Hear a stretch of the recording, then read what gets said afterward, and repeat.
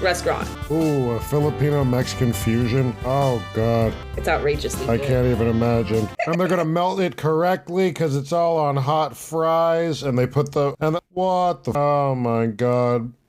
All right, well, that is not what we're making today at Dinner at Mezrec's. Welcome to Dinner at Mezrec, a story and a meal. With me today, one of my close friends, Nikki. We met in San Francisco. We'll probably end up at that tangent eventually. But, Nikki, this is not our second take. We definitely haven't done this 3 times already today. Tell me about your meal. Tell me about what you've brought us, and we'll go a little bit over the ingredients, how easy it is to make, and then you'll tell me a little story. Sounds good. Fuck. It's still good. I'm not even lying. It's so good, Nikki. I'm so glad. Oh my God. Okay. I'm so glad. So what I brought to the table today is called fideo, which just means noodles in Spanish.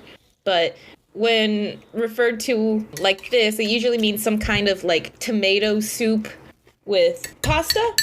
So what you need are these particular fideo noodles. You can get them at any like Hispanic store or any Hispanic aisle at your grocery store. You should be able to find it pretty easily. It's just those noodles, garlic, onions, some chicken bouillon, a can of tomato sauce, and some Mexican spices, and whatever else you'd like to throw in there. Like a protein or something. And I will also be linking this whole recipe and the ingredients that I used in the show notes, so don't worry about gleaming any of the information off of that. I don't even think I'm pronouncing the name correctly when I'm saying La Moderna, like the like the vaccine. Is that the company? Let me see. I don't know. I'm pretty sure it's La Moderna because I said I'm a La Moderna dealer because I had 6 bags, and my buddy goes, "Oh my goodness!" What? Oh goodness, Calvin, that's not you. I thought it was funny, and he goes, "Wait, pause." But no, I'm liking this. I liked cooking it because, we were talking and it was easy. Literally, it was like, except the only thing I didn't like about it was the fear of burning the fideo because you told me to throw it into, a cold pan and just heat it up. And slowly over time, you're going to cook the noodles. I'm like, that sounds like burning the noodles. So I was very hesitant the entire time, scraping pasta around to make sure it didn't burn, but it came out wonderfully. I probably didn't make it correctly, but the chunks of onion are delicious. I did terrible on my prep. You were there. And next time we'll have a video for this. We did not get a video for this for the Patreon, but it will be the next recipe. We'll definitely have a video because I fucked up massively and it still came out delicious. So we're calling it a win. There's a lot of room for error and a lot of delicious outcomes. So this dish is from your childhood, you said, yeah? Yes. Tell me about that. This is a dish that my mom would make for us when it's kind of getting like the end of the month and the fridge is getting a little thin. You're trying to like clean out what's in there. And what's really nice about this dish is that it's really inexpensive to make. And it can literally feed your whole family for one dinner, a family of 4. Which is really amazing because my family and I, we struggled a lot when I was a kid. And my parents did whatever they could to provide and put food on the table. And this was one of them. And this was one of the really easy, simple, affordable recipes that my parents would make for me all the time. So this is definitely a comfort food for me. And kind of like in Ratatouille, when the food critic tastes ratatouille for the first time, he goes straight back to his childhood. It's just like that for me. It's the exact same thing. So you're kind of you're tasting that adversity right now. Yeah. No, but tastes like victory. It tastes like victory. No, it tastes like I really feel like a kid. My mom made a lot of very simple recipes. I've said this. My mom said this a million times about herself. I've said this a million times about my mom. She was a competent cook, not a confident cook. She couldn't just like whip together a recipe, but she had like 5 things that she made, bomb, on top, boom, no matter what, what price range, anything, it was amazing. You know what I mean? And she was always a working lady, but still managed to sit down and make these meals, even if we're having leftovers or something. So I'm kind of being taken back with these flavors because my mom, she had like 3, there was a whole spice cabinet, but my mom used like 3 things. It's fucking Old Bay pepper and like paprika.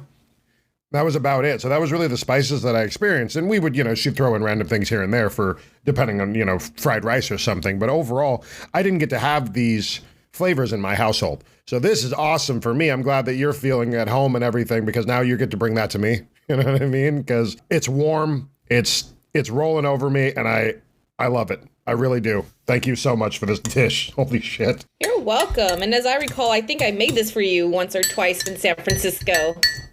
You might have actually. Like every time you...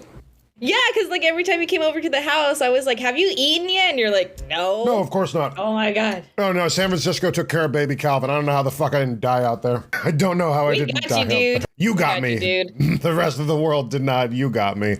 Okay.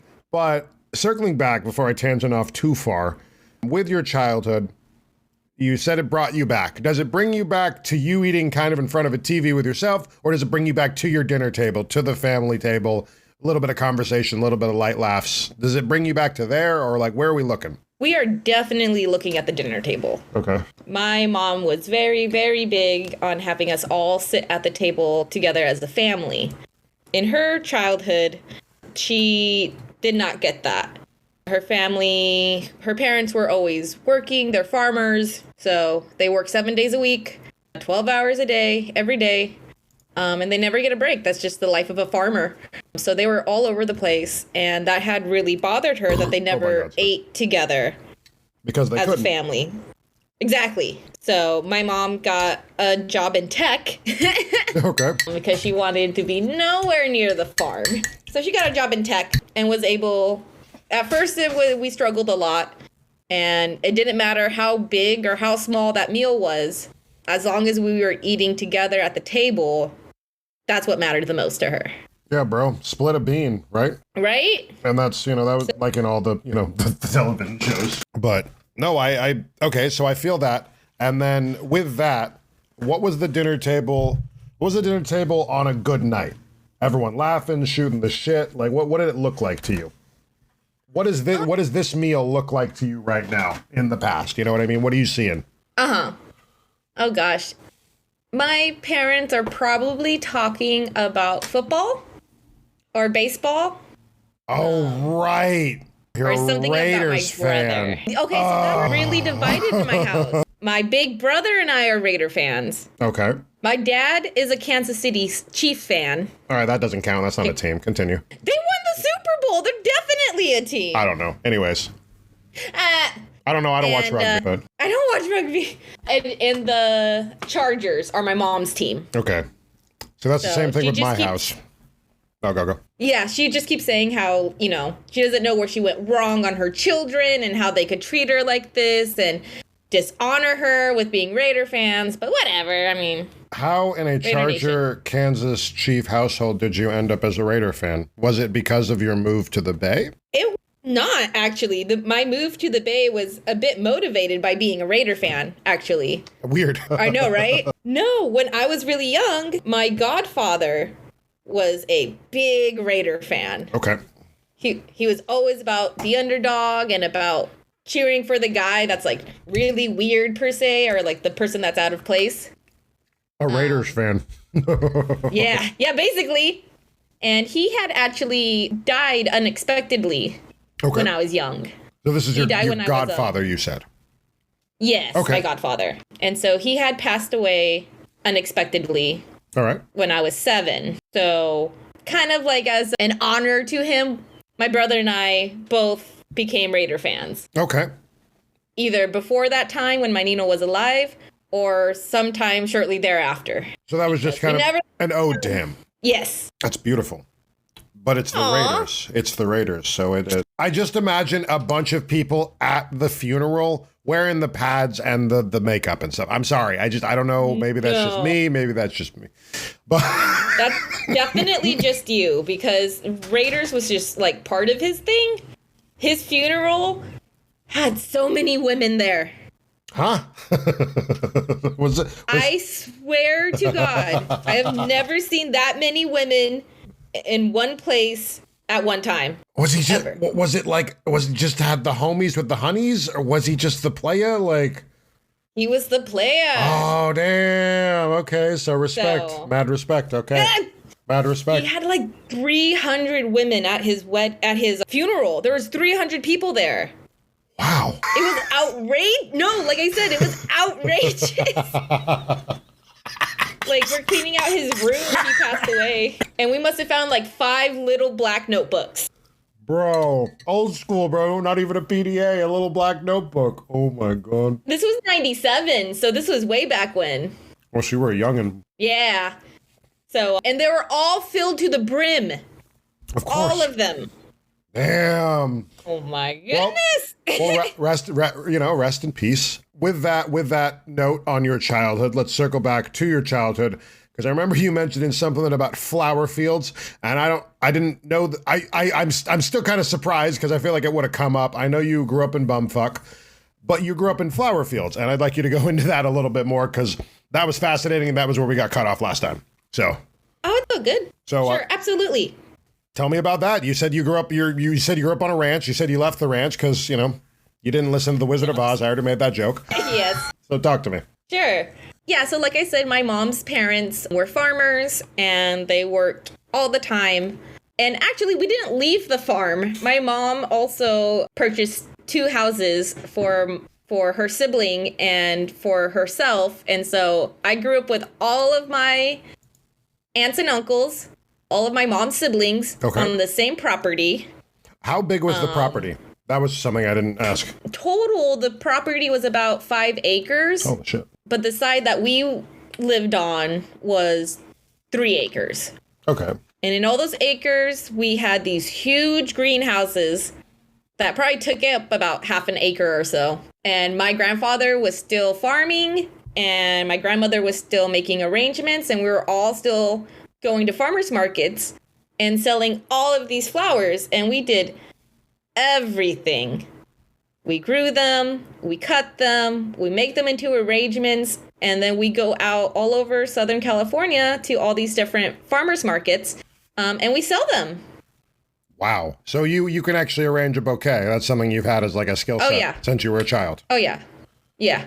Jesus. I don't even know. I pick up a flower. I'm like, fuck it. I'm going to break it. Can you take this from me, please? I can't hand a rose to somebody. I'm going to prick them or something. Of course, you should get them off. But it's like, I don't know. I had not wild, but I had rose bushes all around my house when I grew up. I just knew that shit hurt. Because I was very young. I grabbed one because I wanted to pick a rose. Because in the movies, they pick the flower and then they smell the flower, then they give it to the pretty girl. I wanted to do that, but I did it with a rose and I was going to give it to my mom. But I then brought my mom a bloody fucking rose because I had clenched on and I didn't let go. So she brought it over to her and I handed it to her and I went, I love you. And she goes, what? Just like, what is going on? So I didn't fuck with roses. So I'm kind of wary of flowers. Also, think of all the poison ivy and shit we had back home. You know what I mean? Like all the random forests and all the burrs. Those fox burrs? Yeah. Yeah, fuck those. So I don't trust flowers. I like sunflowers. Yeah, okay. So that was another thing on the farm is that I didn't get cable. Oh my God. And I didn't get internet. Till when? We got internet when I was in high school. So you were 14, 15? About 15. Okay. And we still don't have cable. Okay. But the satellite, the satellite TV, that was getting better. So you had satellite. I did have satellite. And we had one of those 20-foot satellites in my backyard. Oh, one of the big ones? Like the one over off Palomar Airport? Yes, in my backyard. And the book that was that it only got 3 channels and it takes you about 10 minutes to change the channel. What were the 3 channels? Nickelodeon. Wow. Cartoon Network. Wow. ESPN. That explains a lot about your personality. That explains a lot about your personality, Nikki. She had nothing to do as a child. Well, nothing but Nickelodeon, Cartoon Network, and ESPN. That pretty much sums up Nikki. If we're going to go into an in-depth dive on Nikki real quick, that pretty much sums up Nikki. I did it. All right, so childhood bumfuck. Awesome. You ended up leaving. You leave for San Francisco. Excuse me. Oh, my goodness. The first Modelo went down quickly, so... I want to grab another one, but I can't get up. We're sitting here. Should have spaced out my beer. But so you moved up. Did you move up at 18 or did you stick around San Diego for a little bit? I stuck around San Diego for a little bit. I was in marching band all 4 years in high school. Okay. So you can't get nerdier than that. You can't really, no. You really can't. So after high school, I played in the section called the pit, which is the marimbas, xylophones, all the percussion instruments that you can't march. Like, they're too big. You can't march that. And right when I graduated, my band teacher ran up to me and offered me a job as an instructor for the pit. And it was pretty shocking because I was still in my cap and gown. Like, graduation was like barely over. Yeah. And she just ran up to me and she was like, "Do you want a job?" And I was like, "Yeah." And she was like, "All right, you're hired. Fall Brook High School hires you for being the new pit instructor." Jesus. So that was super cool. And I did that for 2 years. Okay. And I went to Palomar in those 2 years. Oh, all right. So you got your gen ed stuff done. Yeah, I was just trying to figure out what I wanted to do and what I wanted to, where I wanted to go, if anywhere. How from your local town and Palomar commuting did you end up in San Francisco? I ended up in San Francisco because I wanted to go to art school. Oh, in the city. The big, small girl goes there, small city girl goes to big city. Yeah, right off the farm and everything. Right off the fucking farm. Wow. So you were still living on the farm during that time and commuting? Yes. What is that, like a 40-minute drive? That's 30. Okay. Anyways, so you're in San Francisco. You went to art school, you did your shit. How did we meet? I vaguely remember, but how did we meet? I super remember that. So I had already graduated art school and I loved San Francisco so much. I just stood here. I stayed there, you know? I had my connections there and stuff. So it just made sense to stay there. And it was my old roommate, Michelle. She had worked with you. She was your coworker at Rubio's. Yes, always on her phone at the register. Yes. That sounds like Michelle. I didn't care. I loved her. I loved that job, but continue, sir. Yeah, she was awesome. She still is awesome. Shout out my coworker, Sabrina. We love you. Please listen. Sabrina, we love you. She'll listen she'll listen if I said Nikki's on the pod. She'll listen. Oh, cool. Hi, Sabrina. Exactly. That was a fun story too. Oh. Back to Calvin. The Sabrina stories. We could do a whole podcast on the Four Deuces night. Oh my God. We have to talk about that a little bit, actually. I got a couple stories from that night. Anyways, continue. Sorry. I got a couple. So Michelle So Michelle had known you at Rubio's as your coworker, and she just kept staying later after work. Like, we know what time she gets off, and she wouldn't come home for like hours. And we were like, where were you? She's like, "Oh, I was hanging out with my coworker. He doesn't live that far away from Rubio's, and like, we just smoke and we talk, and he's from San Diego and Michelle's from San Diego." So I was like, that sounds cool. And I was getting off of work at the ad agency pretty late. We were doing a lot of OT at the time. And so she was like, "Hey, do you want to come down to Rubio's and you can meet my coworker and we can get fish tacos and we can eat and smoke at his place?" And I was like, "Sure." And so she came and met me outside of Rubio's. And as we were walking back in, you were sitting at a table just outside Rubio's waiting for us, having a cigarette. Yes, I do. Wow, look at that classy motherfucker killing himself. And I was like, "We're going to hang out forever." We're going to hang out forever. Oh, the hill. I just remembered you walking up the hill. And you're like, "Wow, I'm never doing this again." Yes. Oh, Pine Street. Oh, that was such a hill. I did that every day. Every day, like multiple times a day. I was in such good shape in San Francisco. Man, a pack of smokes and no food and all those hills. I was a lean, mean fighting machine. Yeah, you were. That's why I was like, "Have you eaten today?" You're like, "No." I'm like, "That's what I thought." Everyone takes care of baby baby Sit down at the table. Yeah. I'm making you food. Here's hot chocolate. So we know a little bit about you. We know a little bit about us. I'd like you to tell me a story now. First thing comes to mind, whatever you've got. If you got something prepped, no, cool. Just tell me a story. One of your favorite memories, one of the things you liked, one of our memories. Let me think. There's so many crazy ass memories with you. There is. I remember New Year's. I was talking to Corey about that. I was like, "Hey, Nikki's gonna be on the podcast," and he's like, "Nikki," and I was like, "You remember New Year's?" He goes, "Oh my God, Nikki." I want to know that story, the story from your point of view, because my point of view is a little bit different.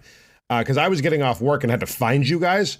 You had Sabrina that night. I'd like to know your point of view from that story, to be completely honest. Oof. That was, oh my gosh. Okay, so I did have Sabrina that night. And it had been awesome. We were just smoking, drinking, chilling, things that 20-something do. Yeah, the 22-year-olds. And we were just having a really great time. It was like just the two of us getting like girl bonding in. And then we met up with you and it got like better. And then, what's her name? Alicia? Oh, yes. Yes.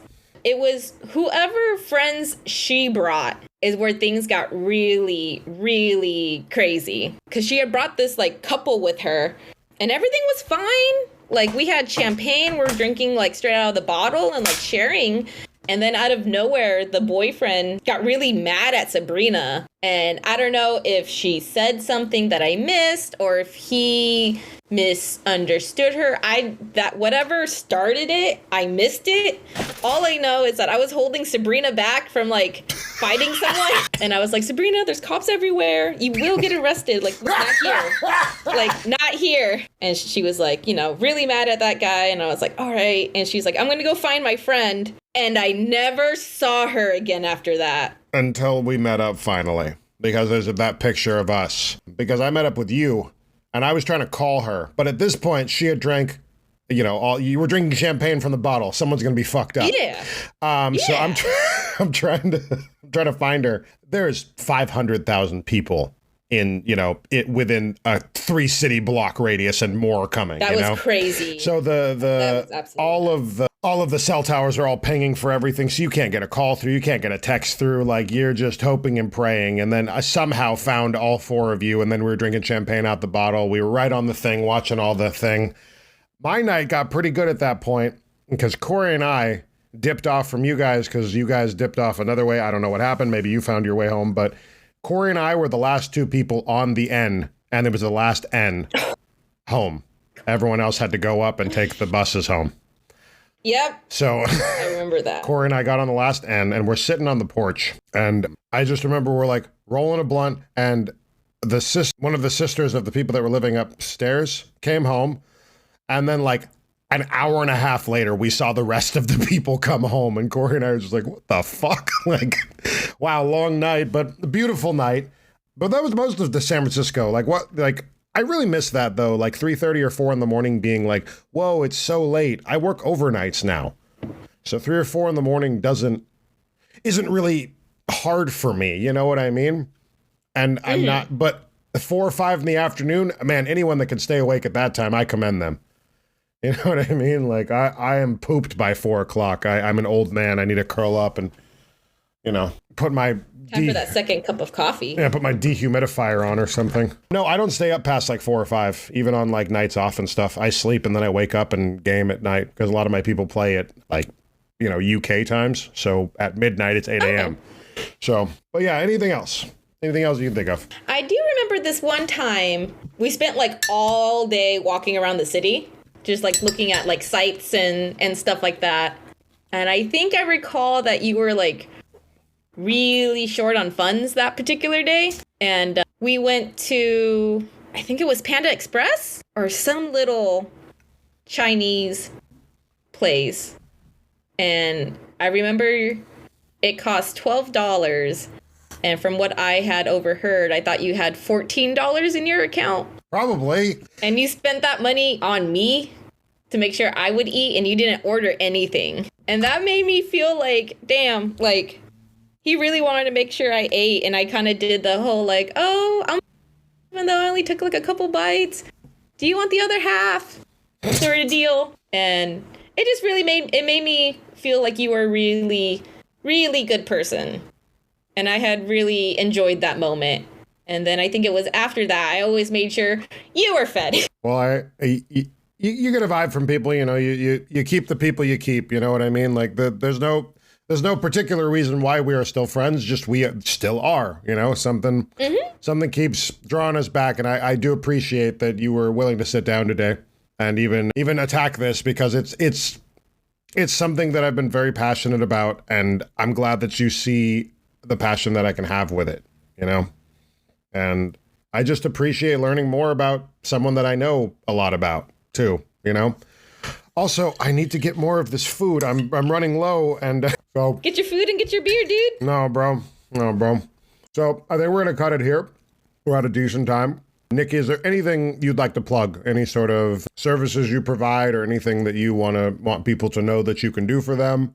Or any websites or anything, Instagrams? Too much going on with me on the internet, but I do have an Instagram. It's where I post my art. I do a lot of like anime art, Pokemon, and I take plenty of requests and commissions. You can find me at Chaos Reigns here with a period, Chaos period Reigns period here at Instagram. And rains is the kind of rain that when you rule something, not the kind that falls out of the sky. So yeah, find me at Chaos Reigns here on Instagram, and you can check out my art. And I am open for commissions and always excited to talk to new people. All right. Well, thank you, Nikki. This was delicious.